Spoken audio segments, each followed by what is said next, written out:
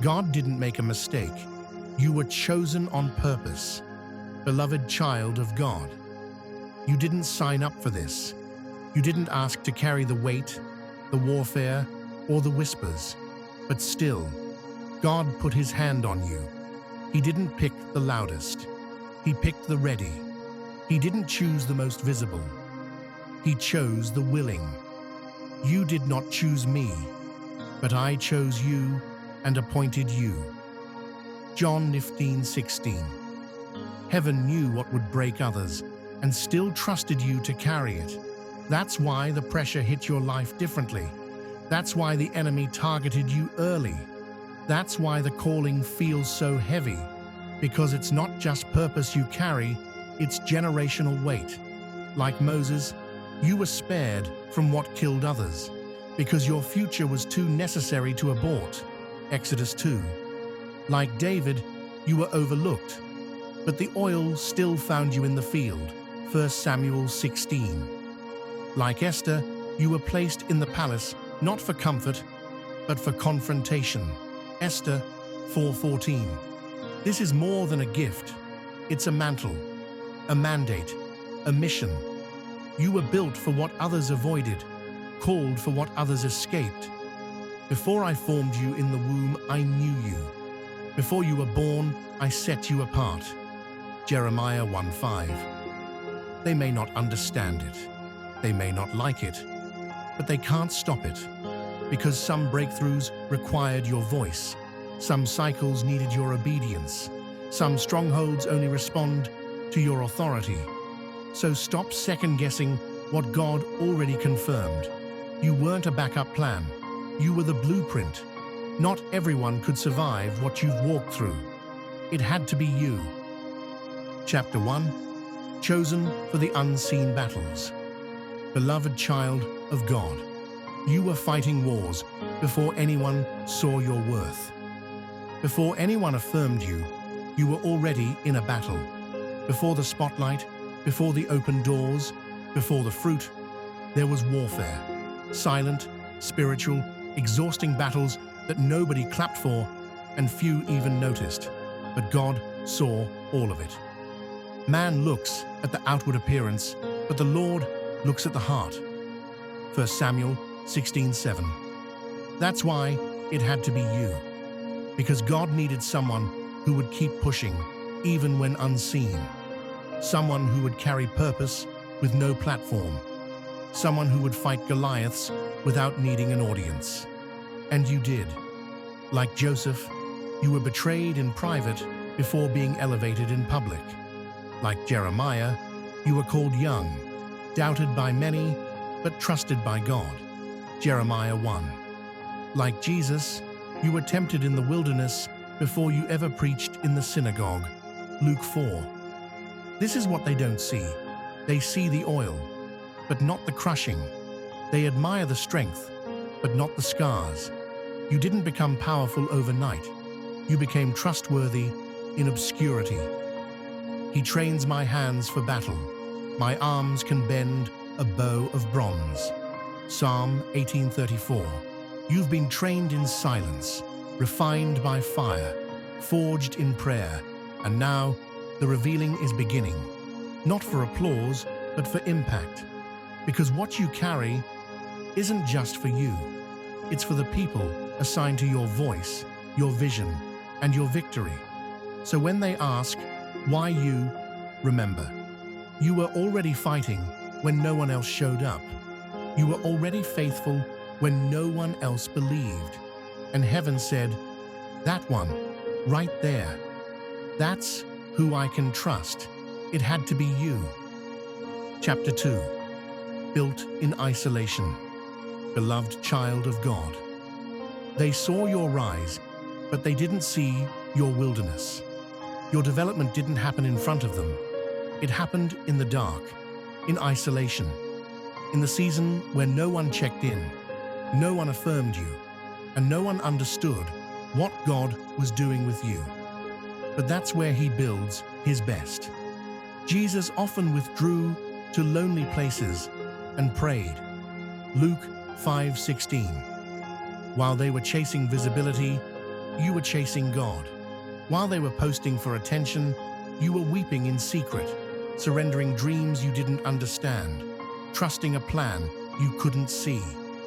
They don't know what it took for you to become this version of you. They don't know about the prayers that were never posted, the tears that soaked your pillow, the days you almost gave up, but didn't. He who dwells in the secret place of the Most High shall abide under the shadow of the Almighty. Psalm 91, verse 1.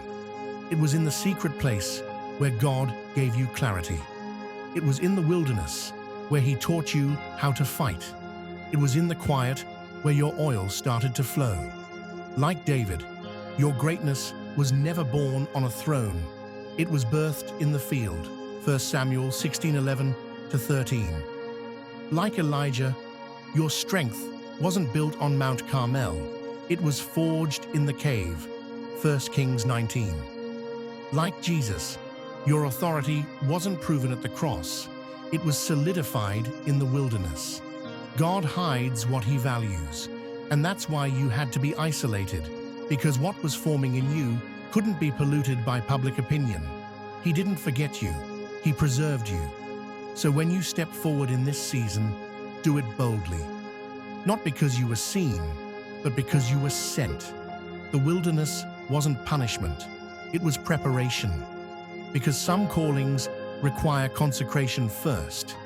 And that's why it had to be you. Chapter 3. You carry what they prayed for. Beloved child of God. You became what others only talk about. What they envy, you endured. What they try to imitate, you survived.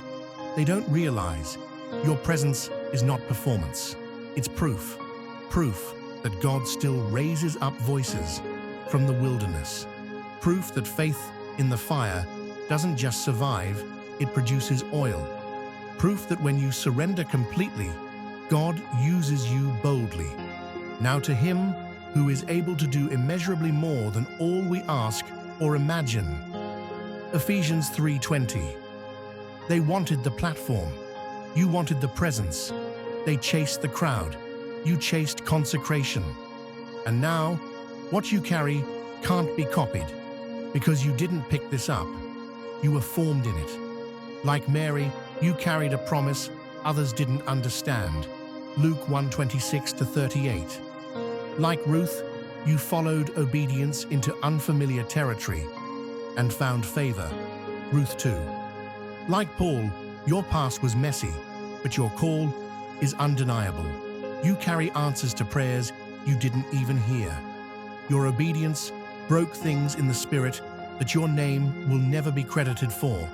But heaven knows, hell knows, and soon the earth will know too.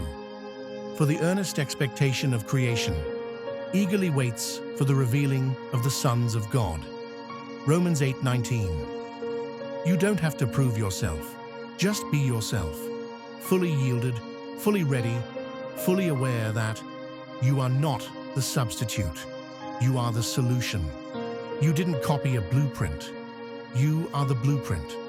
So when they look confused at your confidence, when they whisper about your rise, remember, you carry what they fasted for. You embody what they only dreamed about. Because grace chose you. Glory refined you. And now, it had to be you. Chapter 4. You were built for the breaking point, beloved child of God. Where others would have quit, you kept standing. The truth is, you should have broken. You had every reason to walk away, to shut down, to disappear. But something in you refused to fold. And that something wasn't pride, it was purpose. We are hard-pressed on every side, but not crushed. Perplexed, but not in despair. Persecuted, but not abandoned. 2 Corinthians 4:8-9.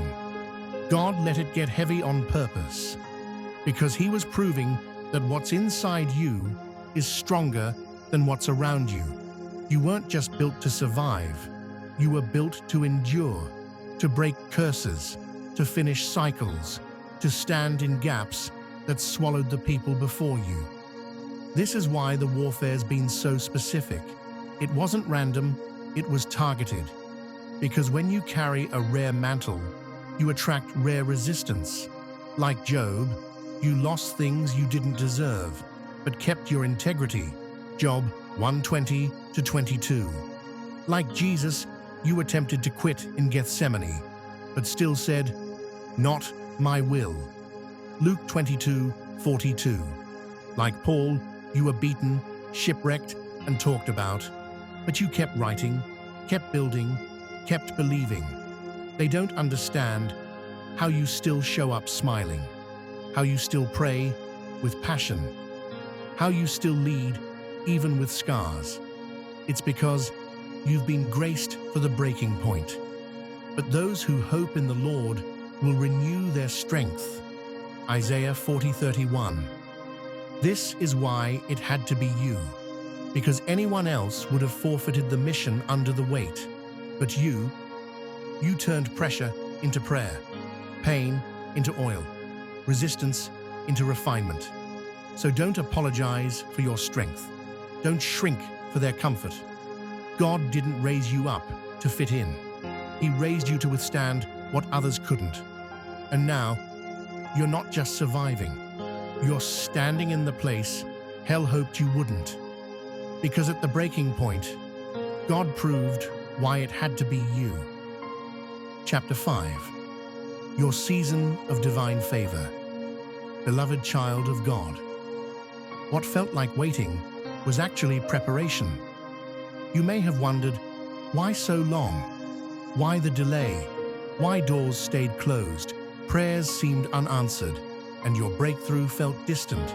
But every pause, every silent season was God's way of preparing you for your divine moment. He makes everything beautiful in its time. He also sets eternity in the human heart. Ecclesiastes 3:11. Your waiting wasn't wasted. It was a workshop, a refining room where patience met purpose and faith grew fierce. Like Joseph in the prison, forgotten by men, remembered by God. Genesis 39:41. Like Hannah, who prayed silently before God gave her a prophet. 1 Samuel 1. Like Nehemiah, who planned in the quiet before rebuilding the walls. Nehemiah 2. Now, the season shifts. God's favor is no longer hidden. It's flooding your life, your work, your relationships. Favor that opens doors, breaks chains, and rewrites stories. Favor that makes you unstoppable. For the Lord God is a sun and shield. The Lord bestows favor and honor. Psalm 84:11. But favor is not just for your blessing. It's for your assignment. To shine light in dark places, to lift the fallen, to lead with humility and strength. Remember, it had to be you, because no one else carried the scars, the lessons, the fire. No one else walked the exact path of obedience, pain, and breakthrough.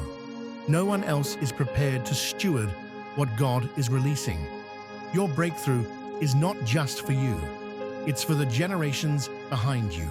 So step boldly into this season of favor, knowing you are exactly who God chose.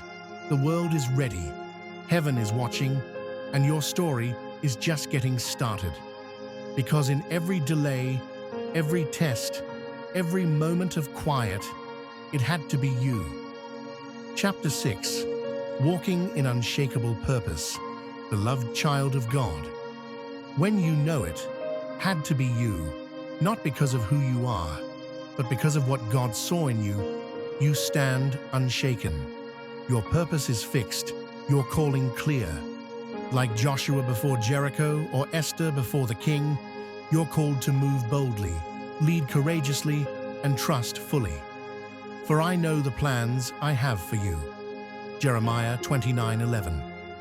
Your strength isn't built on feelings, but on God's unchanging promises. When doubt rises or doors close, remember, it had to be you. You were chosen for this moment. His masterpiece created for good works. Ephesians 2:10. Stand firm.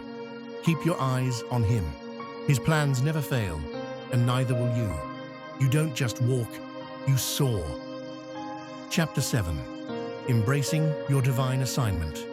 Beloved child of God, you weren't chosen just to carry purpose, but to unleash it. What God placed in your hands isn't a burden, but a divine assignment. Your story, your struggles, and your victories are tools to serve and uplift others. 1 Peter 4:10. Like Paul, Deborah, and Nehemiah, you're called to lead, build, and fight, not in your strength, but in his. You were chosen to be a light in dark places, a voice of courage, a vessel of purpose. The Lord will fight for you. You need only to be still. Exodus 14:14. This calling requires boldness. No more asking, why me? Start declaring, because of him, I will. God gave us a spirit not of fear, but of power, love, and self-control. 2 Timothy 1-7. You are appointed and powerful. Step forward. The world is waiting for what only you can bring. Step into your God-ordained destiny, beloved child of God. You've walked through the chapters of this journey, discovering a truth that cannot be shaken. It had to be you, not because of your perfection, your strength, or your timing, but because God, in his infinite wisdom, chose you. For we are God's handiwork, created in Christ Jesus to do good works, which God prepared in advance for us to do. Ephesians 2:10. Your life is no accident. Your struggles, your victories, your calling, they are all pieces of a divine tapestry woven by the Creator of the universe. Now the question isn't, why me? But what will I do with this? Will you step boldly into your purpose? Will you move forward when the path is uncertain? Will you stand firm when opposition comes? Therefore, my dear brothers and sisters, stand firm. Let nothing move you. Always give yourselves fully to the work of the Lord. 1 Corinthians 15:58. The world needs your unique gift. Your story will inspire someone who feels unseen. Your courage will empower those who are afraid. Your obedience will open doors that seemed impossible. This is your divine assignment, not just to survive, but to thrive, not just to carry your gift, but to unleash it, not just to exist, but to impact. Now to him who is able to do immeasurably more than all we ask or imagine, according to his power that is at work within us. Ephesians 3:20. So rise up with confidence, walk in faith, live knowing it had to be you, because God trusted you. And with that trust comes power. Step into your destiny today. The world is waiting for you.